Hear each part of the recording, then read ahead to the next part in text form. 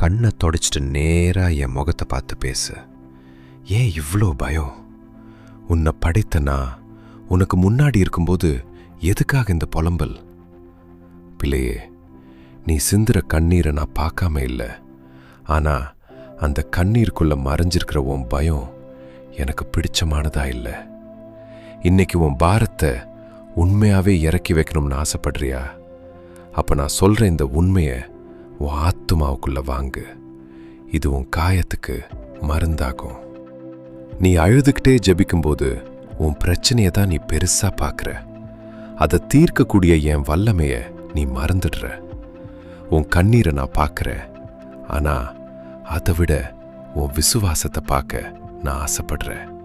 ஏன்னா உன் கண்ணீர் உன் வலிய சொல்லும், ஆனா உன் விசுவாசமா மட்டும்தான் அந்த வலியை தீர்க்கும். உலகத்தில் இருக்கிற மற்ற மனுஷங்க முன்னாடி வேணும்னா நீ அழுது காரியம் சாதிக்கலாம்.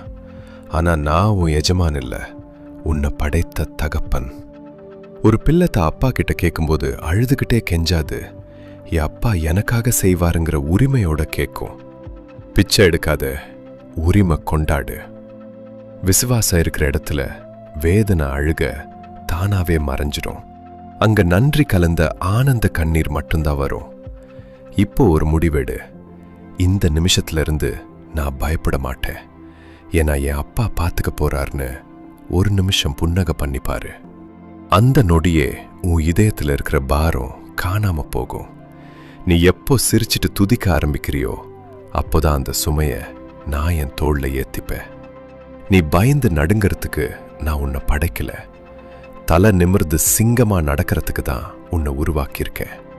இனிமே என் முன்னாடி வரும்போது ஏன் இப்படி ஆச்சுன்னு கேட்காதே, நீர் பார்த்து கொள்வீர்னு சொல்லு.